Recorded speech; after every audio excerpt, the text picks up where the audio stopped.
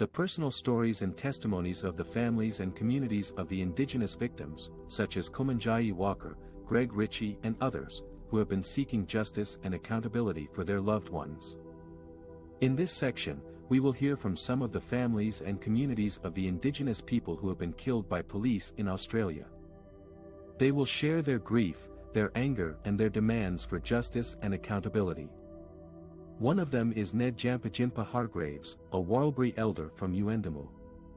He was a close relative of Kumanjayi Walker, a 19-year-old Warlbury man who was shot 3 times by Constable Zachary Rolfe in November. Rolfe was acquitted of murder in March 2022, sparking outrage and disappointment among Indigenous Australians. Hargraves says he feels betrayed by the justice system and the police. He says Rolfe should have been convicted for killing Walker, who was unarmed and posed no threat to him. He says Rolfe had no right to enter Walker's home and use lethal force against him. Hargraves also says that the police have been treating Indigenous people with disrespect and violence for too long. He says that the police should not carry guns in remote Aboriginal communities, where they often escalate conflicts instead of resolving them peacefully. He says that the police should respect the culture and the law of the land of the Indigenous people, who have lived there for tens of thousands of years. Another family member who is seeking justice is Karina Eads, the sister of Joyce Clark. Clark was a 29-year-old Yamatji woman who was shot by a police officer in Geraldton, Western Australia. In September she was reportedly holding a knife and acting erratically when the officer fired at her. Eads says that her sister was suffering from mental health issues and needed help, not bullets.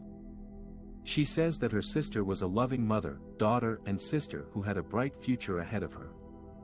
She says that her sister's death has left a huge hole in her family and community.